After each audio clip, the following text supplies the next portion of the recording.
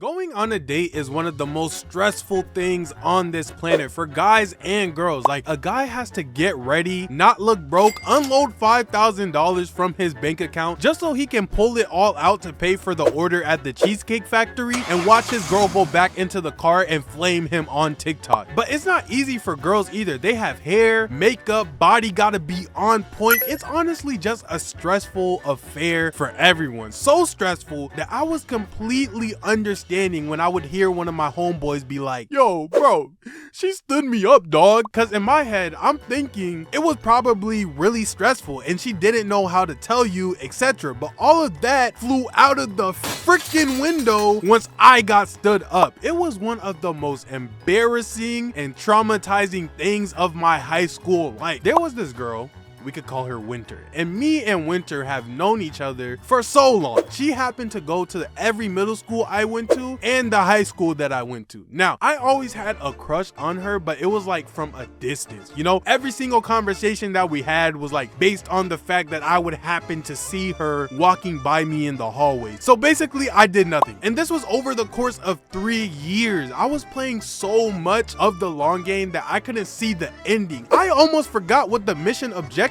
was. I'm not here to fraternize with the target. One way or another, someone was gonna have to capture this hard point, and I wish I can go back in time and give myself pointers as a kid to save myself from what I'm about to experience later in this story. Like, if you're texting a girl and she doesn't want to text you, don't send that second follow-up message thinking it's gonna restart a spark in y'all's conversation. If you're hitting shorty up for the first time and it sounds more like an interview than a conversation, then stop asking her questions. And for the love of all things holy, please do not send that midnight triple text, bro, because not only is she not feeling you, but she also may be feeling something else from someone else, and you don't want to go through that. And even the simple stuff of how you guys communicate in person. If you guys can't hold a conversation longer than the iPad kid's attention span, bro, chances are she's not going to let you hit. I'm not gonna lie. But every single one of these signals flew right over my head. And it's not because I wasn't socially aware. The thing is, I just really believed in myself. Like, yeah, this girl might think I'm ugly or unattractive and downright weird, or she may be shy to really express how she truly feels, and it was never the second option. Not one time. You would think that all of this would lead to me understanding that she did not have the hots for me. The only hot thing that she had for me was when she was roasting me in her group chat with all of her friends, which I didn't find out that she did until after I